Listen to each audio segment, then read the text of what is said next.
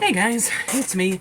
I finished John Green's first release novel, Looking for Alaska, a few days ago. So, just so you know, spoilers for the novel. It is the third one I've read of his, although now I have all the books that he's released. The first one I read was The Fault in Our Stars, and to be honest, it could just be because that was the first one of his I read, or it could be that that is just his best novel. But yeah, Looking for Alaska doesn't really hold a candle to it. I see different sort of, I don't know how to phrase it. Kind of like a prelude to The Fault in Our Stars in different parts of Looking for Alaska. Basically, the plot of it is that this guy named Miles is determined to go to a boarding school that his father went to, actually, when he was in high school. And at said boarding school, he meets more or less, a group of kids that he ends up getting close to. One is nicknamed the Colonel. Another one is this Asian guy named Takumi. And I think I'm pronouncing that right. I hope I'm pronouncing that right. It is literally spelled Takumi. And he meets Alaska Young. And Alaska apparently chose her own name when she was a kid. And, she liked the name Alaska, went with it, and has been called that since.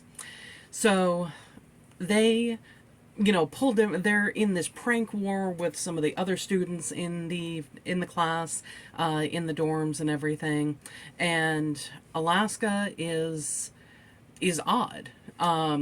She is a very contradictory person, is very, showy and affectionate one minute and then moody and off putting the next. And Miles falls for her, but she has a boyfriend.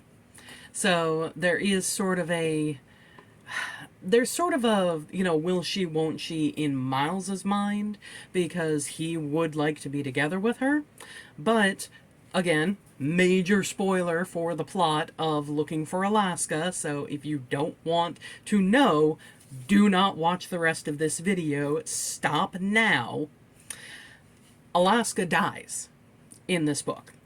And the rest of the novel is trying to discover whether it was an accident or whether she meant to do this to herself.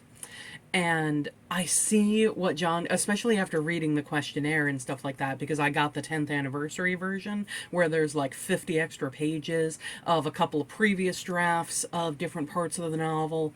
And there's also a Q&A with John Green where he talks about, different aspects. And the entire point of this thing is that no, Miles didn't really know her. He knew his imagining of her.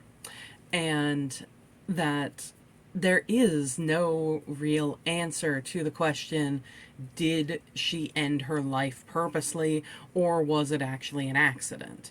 Personally, I think with what the circumstances were and what is described in the novel, I think she meant to. But it's one of those things that can be argued either way, and would make, if a professor was writing or assigning a paper on Looking for Alaska, the papers for or against accident or purpose would be really fascinating to read, because there is evidence towards both. Again, like I said, I see what John Green was going for with this novel about, life's uncertainties and there being questions in your life that even if you want answers to them, you will never get them. And that's just life.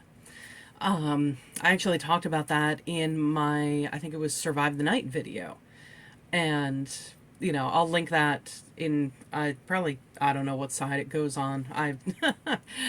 I'll see if I can link it here. Otherwise, I'll put it in the description below. But yeah, again, I did think that it was a good novel. It is worth the read, as is Paper Towns, although I think that Paper Towns could be a lot shorter. My favorite still remains The Fault in Our Stars. But yeah, definitely glad that I finally read Looking for Alaska. And the interesting thing was, I have been watching a lot of the Vlog Brothers, i.e., Hank and John Green's YouTube channel.